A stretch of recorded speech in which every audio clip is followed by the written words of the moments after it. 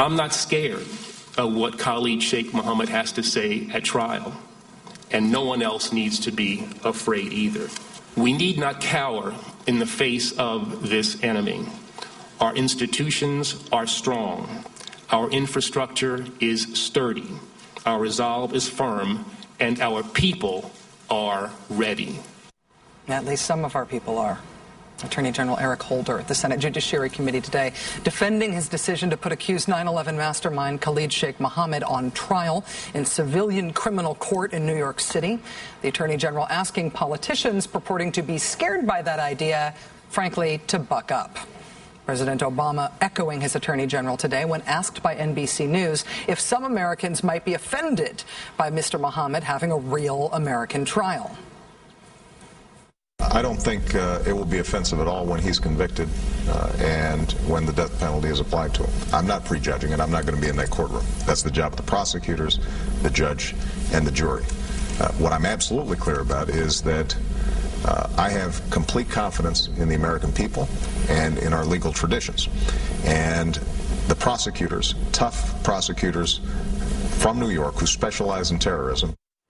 Nick Bauman and David Korn reporting today that Karl Rove, Newt Gingrich, and Liz Cheney all tried to gin up a protest at the hearing at which the Attorney General spoke today, a protest organized by Liz Cheney and Bill Kristol's anti-Obama pressure group, Keep America Safe. Apparently, despite the efforts of these Republican and conservative celebrities, nobody showed up for the protest.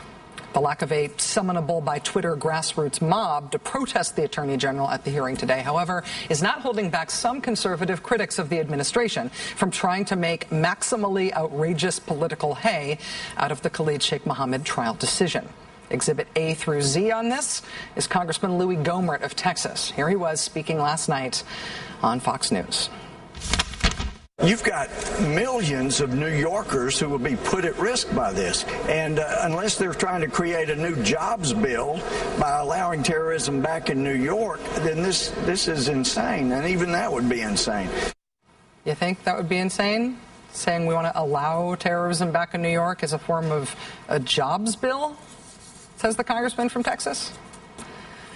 Joining us now is Stephen Simon. He's a senior fellow for Middle Eastern Studies at the Council on Foreign Relations. He's also co-author of The Age of Sacred Terror, Radical Islam's War Against America. Mr. Simon, thank you very much for joining us tonight. Pleasure to be here. The Attorney General said in his testimony today that he's not scared of what Khalid Sheikh Mohammed might say at his trial. In terms of its propaganda value, presumably, he said nobody else needs to be afraid of it either. What kind of propaganda or PR opportunity might this trial really pose? Well, I think that propaganda opportunities are all in favor of the United States. Khalid Sheikh Mohammed is not going to have a huge opportunity at the trial to express himself perhaps as fully as he might like. There are no cameras in the courtroom in these federal trials, so there won't be any imagery to project. The defense can really only ask questions. They can't make speeches, and if in answering questions Khalid Sheikh Mohammed starts to make a speech, the judge, who is essentially king in that domain, can shut him down. I don't think that there's going to be a huge opportunity for oratory. You wrote today on the New York Times editorial page that the alternatives to putting Mr. Mohammed on trial in a civilian court like this actually hold more opportunity to inspire militant recruits. Why did you say that? Well, Khalid Sheikh Mohammed really wanted to be tried by a military commission because if he were tried by a military commission, he would be able to portray himself as a soldier captured on the field of battle, doing honorable warfare against the United States.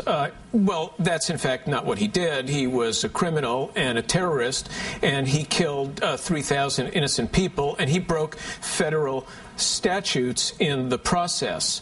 If he were actually a combatant captured on the field of battle, that would be a very different story. This arrangement is not going to let him make that claim. It's not going to let him portray himself as a warrior in defense of Islam. Are there historical precedents, American historical precedents or other relevant international historical precedents for having the opportunity to choose military or civilian proceedings for somebody who's committed a mass crime of this sort?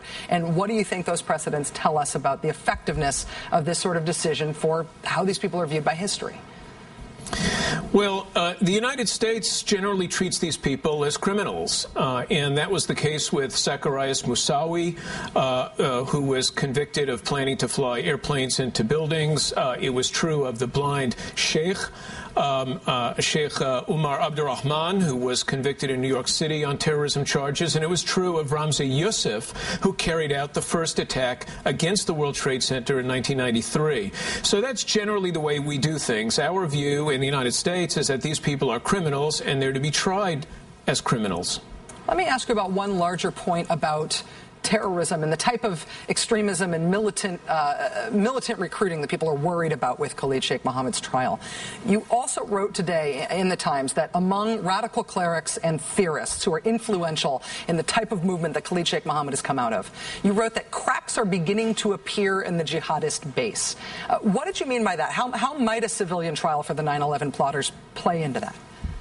Well, first of all, there's both anecdotal and survey data coming out of the Muslim world. It's not across the board, but it's a distinct trend that suggests that Muslims are now really questioning the notion that it's right to kill civilians in defense of Muslim interests.